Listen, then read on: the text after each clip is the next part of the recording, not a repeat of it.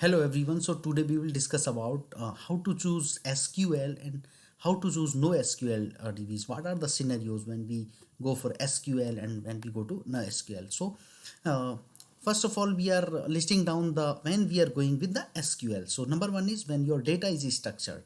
Structured means when you have like fixed number of the attributes in your entity for any item. So for example, student entity, we have like student name, student id, student address, and student class id. So these are four attributes fixed for every student. So in this scenario we can go for sqldb. Also, like a class entity can also be the structured in the same way, we can go to sqldb. Number two, when you need the acid properties. So these acid properties comes to the picture when we need lot of real transactions are happening. So in the case of transactions, we need acid properties, and in those scenario, we need to choose the SQLDB. Number three, when we have lot of relationships are there. So when there are a lot of relationship among the entities, then also we need to go for SQL. For example, we have student, we would have class entity, student and class are related to each other. Similarly, subjects also related to each other.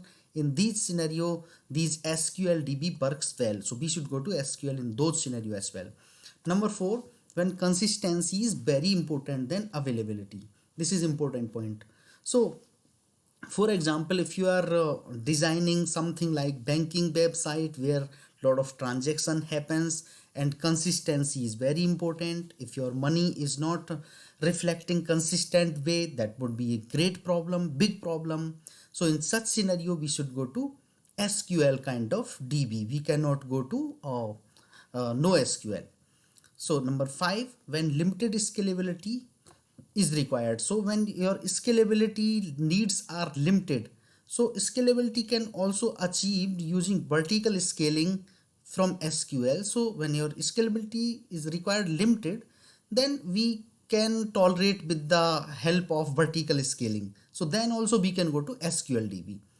Then number six, when you are working on complex queries. So complex queries might have lot of joins and lot of relationship, lot of complex logics would be written there. So that works well only when we are using SQLDB. It doesn't work better in the case of NoSQL. Number six, number seven, when thread safety is required.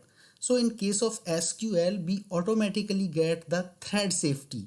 So if you are using SQLDB, doesn't matter how many threads are coming to update your table, only one of them will achieve the lock of the table.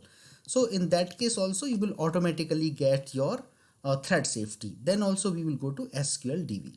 So these are certain example like MySQL, Oracle, SQLite. These could be the SQLDBs. Now we will talk about when to choose NoSQLDB.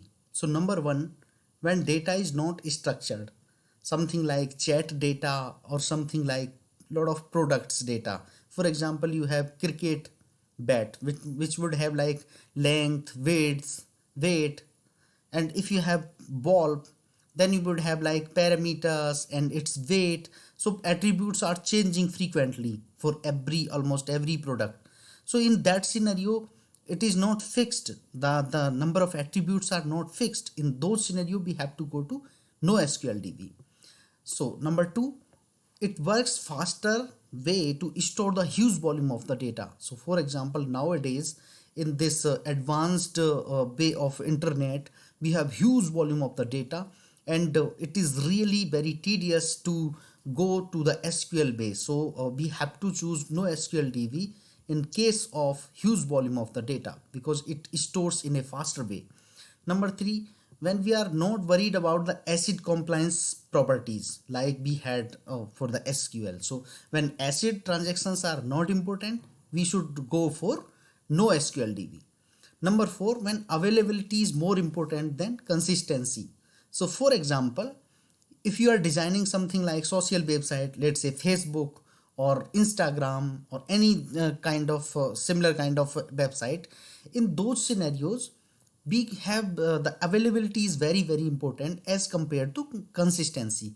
For example, if your friend is posting something on Facebook timeline in the US, and if you are not seeing it immediately, there is no problem, nothing is going wrong, but your website should be up, it shouldn't go unavailable.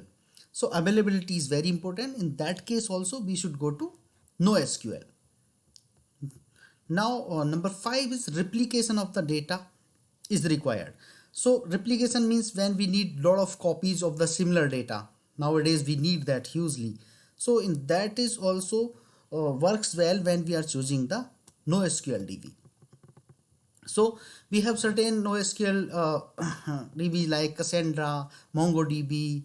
We have like that Elasticsearch. We have many NoSQL DB. We can choose any one of them according to our need. So thank you for watching this video.